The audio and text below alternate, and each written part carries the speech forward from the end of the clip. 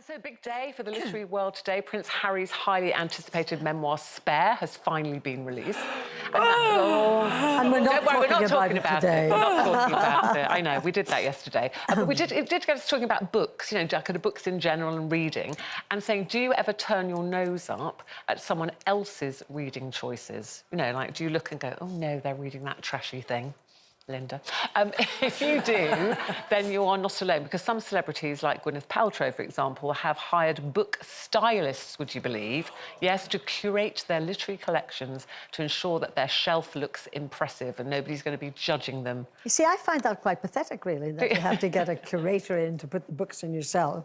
Yeah, but I suppose if you do, people that do lots of kind of Instagram and things, they want, you know, they kind of go, oh, what do I need behind me? Would you be judging? If you were looking at Gwyneth's bookshelf, would you judge? I just think she's a lazy cat. Should have done it herself. But are you a book snob?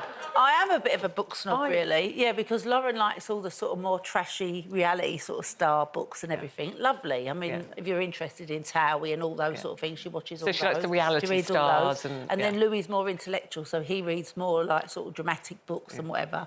I myself, I love a biography. Yeah. Has anyone ever read Joan and Bet? So it's Joan Crawford and Bette Davis. Oh, my God, it was one of the best biographies ever, because they both hated each other. And they were the most powerful women in Hollywood.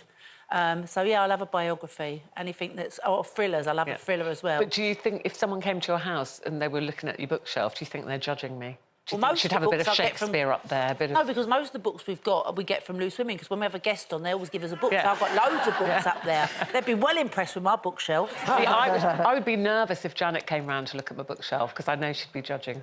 I would be. You would, wouldn't you? I would be, I'm afraid. You would judge, would you? Well, I wouldn't say anything. But you wouldn't be friends with them, you said earlier. I'm not saying that now. I'm just saying I would form an opinion. Whether I'd voice it would be another matter. I love reading.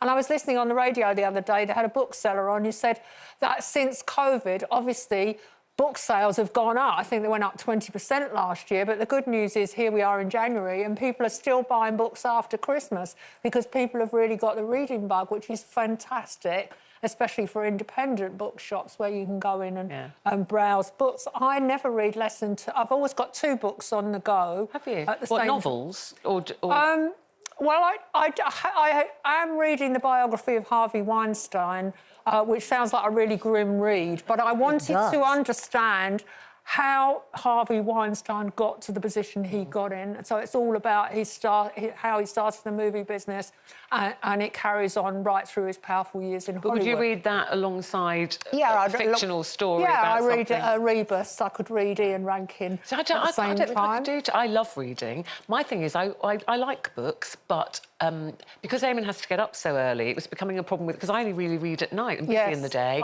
get into bed, and that's why it takes me forever to read a book, because I go, like, 4 pages and I'm like... sleep. So I got the Kindle so that the light, you know, you can turn the screen down. And I love it, because then you can put loads of books on there. So I've kind of stopped buying books, actual physical books. I have it all on a Kindle. Because for years and years, I was interviewing lucky to be interviewing celebrities every day. It's like 13 years on Radio 2, you know, plus other programmes. So I had to read a lot of biographies, autobiographies, whichever turned up first. But I love those. But I've got an autobiography of George Best, and it's worth quite some money now. And did you sign it? Yeah, I started about a year into my 13 years with Radio 2. I thought, I must get these books signed. So I said to my kids, don't throw those books out when I'm dead and gone. Don't throw them out. I actually got rid of a load of books because I had so many. I think at one time I had about 5,000 books. Now, I know, but I love books, and I think they tell the story of your life. People find it hard to part with them, Well, I have written 7 books, but I don't have them out.